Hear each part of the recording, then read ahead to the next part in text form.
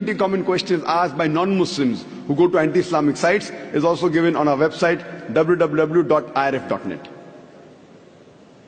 As far as today is concerned, I will try and cover the major questions, the first, more than 50% at least, of the 20 common questions asked by non-Muslims regarding Islam. The first number one misconception regarding Islam, the top of the charts, is regarding jihad. Today, jihad is the most misunderstood word regarding Islam. It is not only misunderstood by the non-Muslims, it is even misunderstood by many of us Muslims. Non-Muslims and many Muslims think that jihad means any war fought by any Muslim for any reason, whether it be for power, whether it be for wealth, whether it be for land, whether it be for language. Any war fought by any Muslim for any reason is called as jihad. Jihad does not mean any war fought by any Muslim for any reason, whether it be for money, whether it be for power, whether it be for land, whether it be for language. Jihad is an Arabic word which comes from the word jahada, which means to strive, which means to struggle. So jihad basically means to strive and struggle. In the Islamic context, jihad means to strive and struggle against one's own evil inclinations.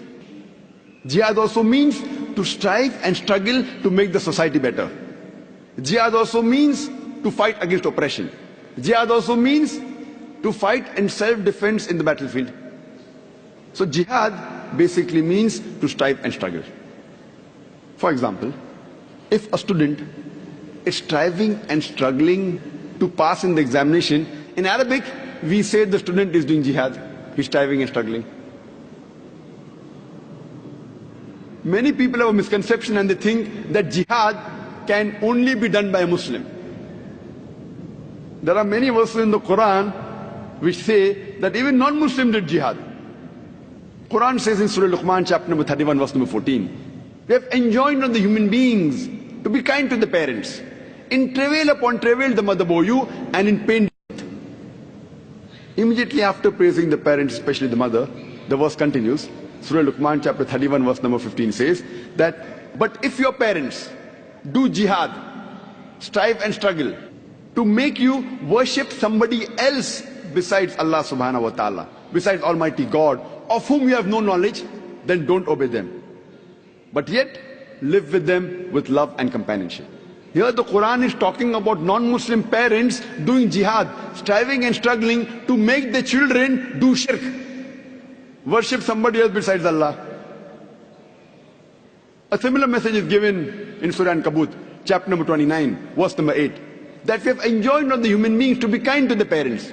But if their parents do jihad, they strive and struggle to make you worship somebody else besides Allah subhanahu wa ta'ala, besides Almighty God, then don't obey them. So here the Quran is talking about non-Muslim parents doing jihad. And there are various such examples of Quran mentioning non-Muslims doing jihad. Now this type of jihad, in Arabic, we say jihad fi sabil shaitan. Jihad in the way of the Satan. What we Muslims should do is jihad fi sabilillah, jihad in the way of Allah. And whenever the word is mentioned individually about jihad, in the Islamic context, it is understood it is jihad fi sabilillah.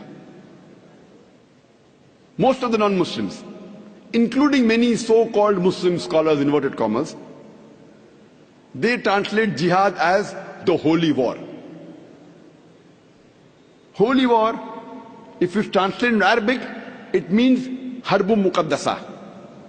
If you read the Quran, if you read the hadith, there is no Quranic verse, there is no hadith which uses the word harbu muqaddasa. The word holy war doesn't exist in the Quran, neither in the hadith. Jihad, as I mentioned, basically means to strive and struggle. And one type of jihad is also fighting in the way of Allah subhanahu wa ta'ala. It is qital in the way of Allah subhanahu wa ta'ala. But jihad doesn't basically mean a war. One type of jihad, there are various jihads for nafs, one type of jihad is fighting in self-defense in the way of Allah subhanahu wa ta'ala.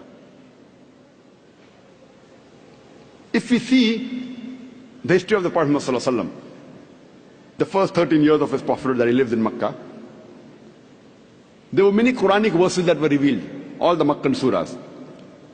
Many a time in these verses the word jihad was used, and never did the Muslims ever fight, physically fight. Only when they migrated to Medina, then the wars took place. But yet you find the word jihad in several verses of the Quran which were revealed in Makkah. Many examples I can give you. For example, the Quran says in Surah Ankabut, chapter number 29, verse number 69, that those who do jihad in the way of Allah, those who strive in the way of Allah subhanahu wa ta'ala, we open up the pathways for them. When the verse was revealed, there was no war at that time.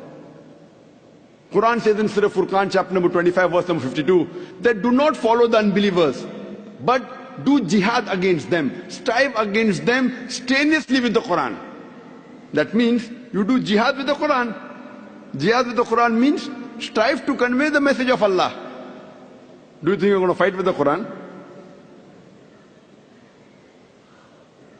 So here we realize that this misconception regarding the word jihad, it is depending how the media portrays. This word jihad wasn't a problem a couple of decades earlier. After 9/11, it came on top of the charts, number one. Previously it wasn't there. So depending how the media portrays Islam, these misconceptions arise in the minds of the non-Muslims. For more details on jihad, you can see my lecture, my talk, Terrorism and Jihad, an Islamic Perspective.